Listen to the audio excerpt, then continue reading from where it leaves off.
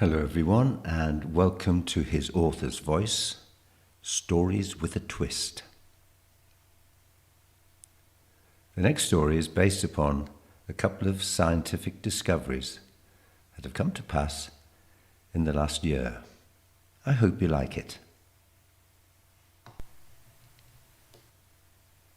Churchill. There's an old sepia print etched in my memory. Where the physical object is now, I know not. But in this print, the line of humanity shuffles forward to its inevitable end. You are where you are in the queue. You can't swap places, overtake, or halt. The far end of the queue is like an inverted event horizon on the edge of a black hole. At the end, you rise into thin air. Everyone sees you disappear, but you feel as though you are frozen between tick and tock for eternity, looking down at the world that you are leaving. That image haunted my dreams, waking and during sleep for years. Although recurring every time I dreamt it, I had edged forward a fraction in the queue. I was only able to see the back of the stranger before me and the edges of those in front of her. The event that diffused the dream so that it lost its symbolic intensity happened in the lab recently. I am a marine biologist. I had just discovered the superpower of a millimeter-sized jellyfish, which did not stay in line like other creatures until that moment of frozen space-time. My new best friend, Turritopsis dornii, proved unorthodox. No cue for it. It spread through life in a wave. But as old age called, it reverted to its pupa state to start its life again. My team was working to see whether the genome of our new creature could prove a game changer in the aforesaid terminal line of human destiny. It was quiet, unheralded work. I had no idea that I would be wrenched out of its relative privacy and into the public glare of global media. I was asked to dinner by an astrophysicist friend, Professor Leila Castor, the Nobel Prize winner. We generally met once a year, but this was extra. I guessed it must be really important. Despite her advancing years, she had the most free-ranging intelligence I'd ever met. Our dinners normally involved a game of tit for tat. She would blow my mind over some scientific advance in her field, and me likewise in return. She tended to hold the high cards in our game because her subject field was more expansive and not confined to earthbound subject matter. Indeed, she'd made world headlines with her conjecture that alien life forms exist among us. We just could not observe them because they had no DNA. What added to the frisson of our meetings was that both our areas of work were top secret. There were a mix of governments and multinationals funding us, and they did so not just because they wanted to lead the field in knowledge, but also because of expected financial returns. Anyway, I finished my discourse on the immortality of Turritopsis dornii. That's great, Jasper. Congratulations. Applications will be a bit late for me, I suspect, she said. It doesn't happen often, but our tales of discovery intersect. I looked at her lined, amused face. You're immortals and my... What? Well, that actually is the question. What? She indicated to the waiter to refill our glasses. Did you catch the news that time about the cigar-shaped objects tumbling through the solar system? If you remember, they called it Churchill. A few years ago. Was it not a UFO? Yes, that one. We intercepted it. Pure luck. We were out there on another project, did a dig into its surface and brought samples back. Took 4 years to return. We finally started analysing. And you found fossil jellyfish? Ha ha, no, not jellyfish. And not fossil. What? You actually found UFOs? Micro-aliens? It was my turn to grin. Maybe both. It's an anomaly, all right. What are they like?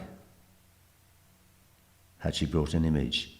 I just showed her one of the jellyfish. We usually did this. Well, they're bigger than micro, a millimetre across. They're little domed things, like woodlice, but without legs, interlocking. Wow, really? Finally, she pushed her phone across. I looked at the picture of alien life. Something was odd. Weird.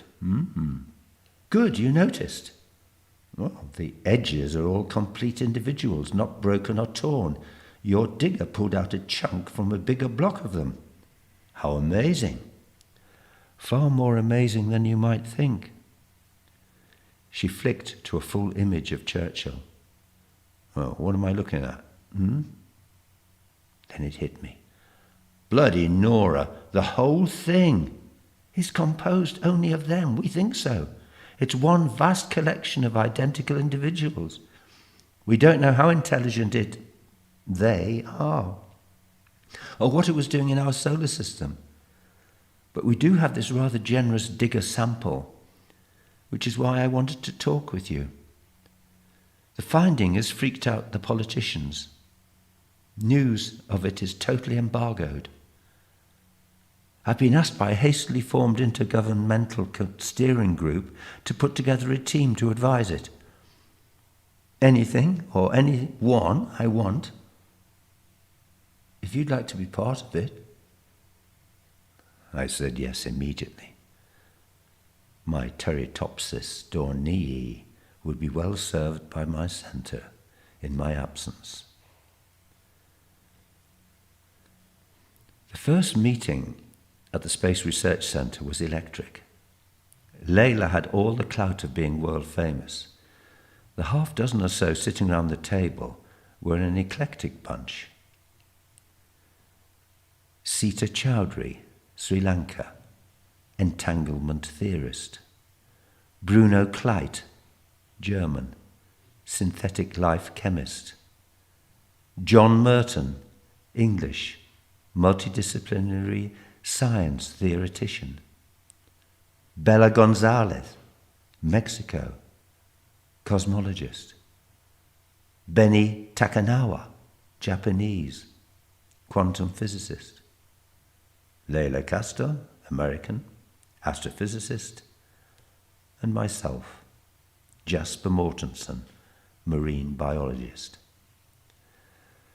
Layla introduced everyone, whom she seemed to know on personal, close friend terms, and gave each of us the dossier she'd compiled on Churchill and a sample, and summarised what was known so far, more or less what she'd told me.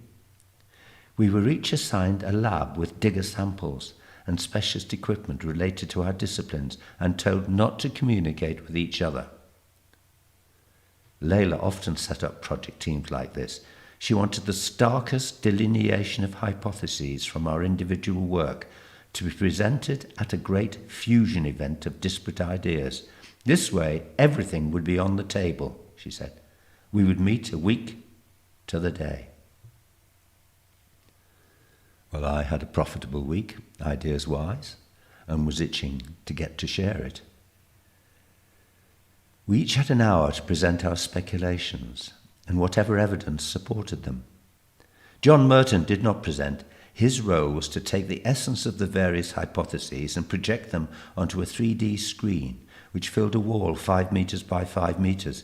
He developed what he called a synthesis jigsaw, an application which pulled together often wildly conflicting information into the most comprehensible combination.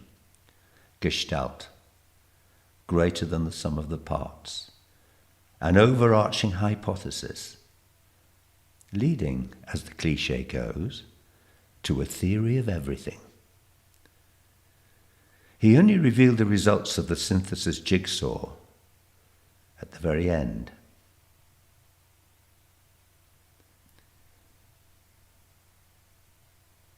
It made us all sit up, like 6 blind sages holding different bits of an elephant. The pachyderm that emerged when we took off our blindfolds floored us, for it was not like any single one of us could ever have imagined. To summarize, Churchill was an advanced civilization's equivalent of our crude Voyager probes. It was composed of interlocking identical units of synthetic life, that is, fabricated for extremes of space. Its synthetic structure was built from silicon, carbon, ammonia, methane, and boron, which enabled it to flourish in a wide range of planetary conditions, as well as space. It was both a probe and a Trojan horse lure. In the latter case, civilizations like ours would bring samples from it into their science labs, where it would absorb everything it needed to know about us. It could, like my jellyfish, restore and rebuild its component parts from the ground up. Even a weapon strike would lead it to reassemble its individual units over time to become whole again. It was propelled by some form of photon energy, slaloming from sun to sun. And possibly the most significant, it was entangled with its parent civilization and was feeding yottabytes of instant information back to its makers. In the middle of hours of stimulating and occasionally critical discussion under John Merton's excellent chairing, Layla suddenly brought our debate to a premature close by holding up her mobile phone dramatically. The stakes have just gone stratospheric. That was a request from the chair of the steering committee. They've received a highest level security call from the Square Kilometre Array telescope in Australia.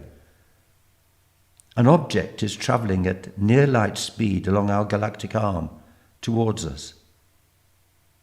It is exactly the same shape as Churchill, but 1 trillion times bigger. She looked at us all, her face calm, but we could sense tension underpinned it. The request, or command, if you like, is that this team remains here in situ and advises the committee as events unfold. It looks, friends, as if we will have to give up all plans we might have had until further notice.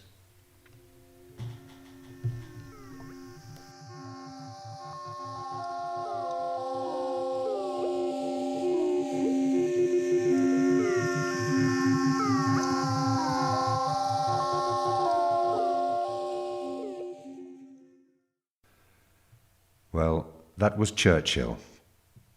I hope you enjoyed it. There are many more short stories on my YouTube channel. His author's voice, stories with a twist. Please check them out and tell your friends and possibly pass on the link to them. In the meantime, if you prefer to read my work, go to my website, which is www.jacksanger.com. There you can download for free novels, plays, short stories, or you can make a contribution. It's entirely up to you. So in the meantime, stay happy. Talk soon. Bye-bye. Bye-bye.